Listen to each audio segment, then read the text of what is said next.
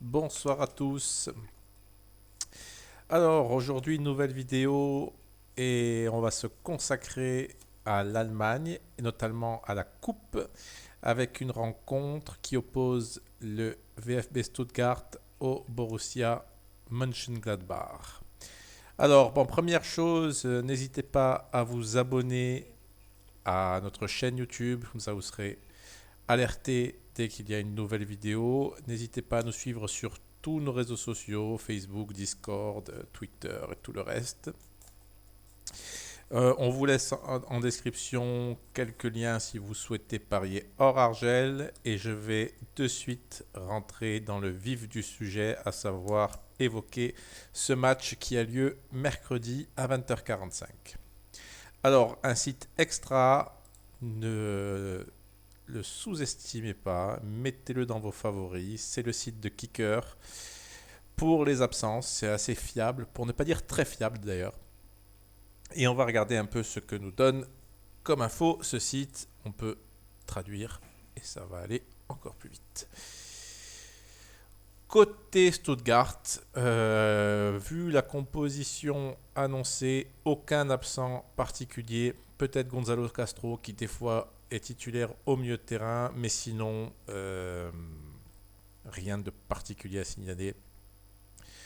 Wamanji Tuka est annoncé titulaire, c'est un super joueur. On verra peut-être que Koulibaly jouera aussi, un peu plus brouillon comme joueur, mais plutôt talentueux. Eric Tommy sur le banc, c'est un super joueur lui aussi, notamment l'an dernier. Je ne sais plus où il jouait, une équipe qui est tombée. Mais je ne vais pas chercher parce que ça ne va pas me revenir tout de suite. Mais en tout cas, c'est un très bon joueur. Il a été longtemps blessé, il est sur le banc, c'est plutôt bien. Dans le cadre du bet que j'ai en tête, côté Gladbach, rien à signaler non plus. Lazaro, pas très grave. On retrouve Jan Sommer, ouais, on va le mettre en allemand, ça va être mieux. Leiner, Ginter, Elvedi, Ben Sebaini, bref, du classique, pas la peine de tout énumérer. Mbolo est annoncé titulaire en pointe, peut-être que ce sera Pléa, on verra. En tout cas, voilà, je pense que c'est l'équipe type, voire quasi type. J'aimerais bien que ce joueur-là reste sur le banc. Il n'est pas vraiment mauvais, mais il y a beaucoup de mauvais choix dans son. C'est un jeu un peu brouillon qu'il a, donc pour moi, la meilleure équipe de Gladbach, c'est celle qui est annoncée titulaire, et avec le petit bémol Pléa à la place d'Embolo, ce serait encore mieux. Donc maintenant, une fois qu'on a vu qu'il n'y avait pas spécialement d'absence, on va se consacrer aux côtes. Première chose à voir, on voit que ce sont deux équipes qui se tiennent, 2,75 pour Stuttgart, 2,50 pour Gladbach. C'est pas évident de chercher, de trouver un favori.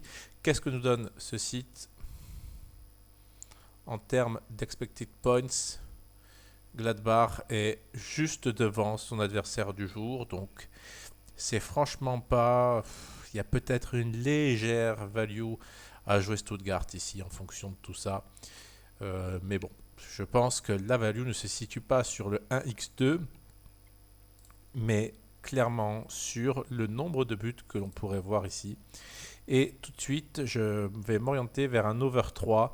Alors ne prenez pas la cote sur Pinacle parce qu'elle est un peu plus basse que sur Asian Odds. Je suis allé jeter un œil tout à l'heure, elle était à 1,92. Donc à 1,92, ça se joue tous les jours. Un match comme ça, ce sont deux équipes. Et pourquoi ça se joue tous les jours? Parce que ce sont deux équipes très performantes offensivement et une particulièrement qui est très mauvaise défensivement, c'est Gladbach. On va regarder les buts encaissés. Ce sera où? Ça sera ici. On voit que Gladbach a 29 buts contre et Stuttgart, où te caches-tu? Ils ont le même nombre de buts encaissés. Et en termes d'expected goals against, on voit que Gladbach, ouais, c'est 3 buts de moins. Et pour Stuttgart, c'est du classique. Alors pourquoi je dis que Gladbach est mauvais défensivement? C'est que, bon, déjà, je crois qu'ils encaissent à quasi tous les matchs. Hop, on peut jeter un œil. Qu'est-ce que nous donne? J'ai ce sentiment de voir une équipe qui encaisse quasiment à tous les matchs. 1-1, 4-2, un clean sheet. Bon, c'est le Werder en face, c'est pas la meilleure attaque du championnat, loin de là. 2-2 contre Stuttgart, on y reviendra. Gladbach 3-2 contre le Bayern, 1-0 contre l'Arminia, encore très faible attaque. Voilà, on voit que ça encaisse sur quasi tous les matchs. Les deux clean sheets à signaler sont l'Arminia et le Werder de Brême, soit deux des pires attaques de cette Bundesliga. Alors, c'est bien entendu l'image que j'ai. Si on peut me confirmer ça dans les stats. Hop. On va regarder vite fait ce que nous donne, juste pour appuyer notre analyse. Le Werder de Brême a inscrit 24 buts et l'Arminia Bielefeld 15. Seul Schalke et Mayence font pire. Et Cologne, voilà, pour vous dire un peu où se situe le Werder en termes de jeu offensif, c'est très faible. Donc, pour en revenir à ce match-là, je pars donc sur un over parce que, je le répète, ce sont deux équipes très friables défensivement, notamment Gladbach. Mais pourquoi notamment? Parce que c'est censé être une équipe qui joue les qualifications pour la Champions League, voire plus. Et on attend un peu de cette équipe-là qu'elle soit un tout petit peu plus solide. Et des fois, Yann Sommer est capable de faire quelques boulettes, même s'il est aussi capable de faire un match exceptionnel. Il est parfois assez bizarre comme gardien. Il est capable du meilleur et assez souvent quand même du pire. Donc ça reste un bon gardien, notamment dans son jeu au pied. Mais même dans son jeu au pied, des fois, il donne des ballons de but à l'adversaire. Et pourquoi c'est intéressant de jouer ce match-là? C'est parce que ce même match a eu lieu il y a peut-être un mois ou un peu moins. Et on voit que les cotes étaient un petit peu en dessous. Alors Pinacle avait clôturé à 1,90 visiblement. Donc tout ce qui est au-dessus d'un 90 déjà nous donne une indication qu'il y a encore de la value à prendre, même si elle est petite. Cela dit, on voit que sur les autres bookmakers, c'était bien en dessous d'un 90, souvent un 85. Asian Odds la donne vers un 86. Donc on a quand même pas mal de value à exploiter ici parce qu'on a du 1,92 sur Asian Odds à l'heure actuelle. Donc il ne faut vraiment pas se priver.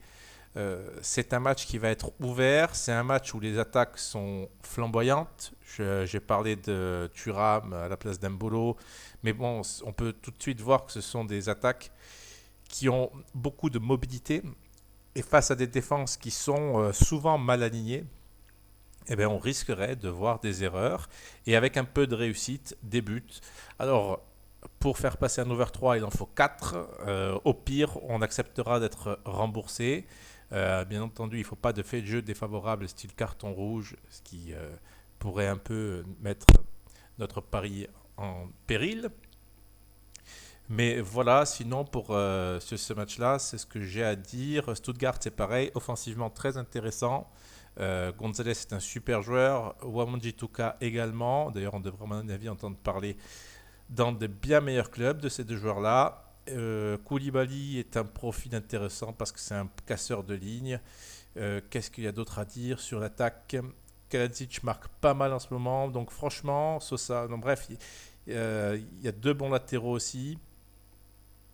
Il n'y a pas grand-chose à développer, si ce n'est que voilà, ça devrait être un match archi ouvert parce que c'est dans l'ADN de ces deux équipes-là, parce que Gladbach ne sait vraiment pas défendre. Même un match qu'elle domine, des fois, elle va se retrouver en difficulté parce qu'ils vont prendre un but très bête. Pourtant, ils ont un bon comportement collectif, mais derrière, ça ne va pas du tout. Il y a trop d'erreurs.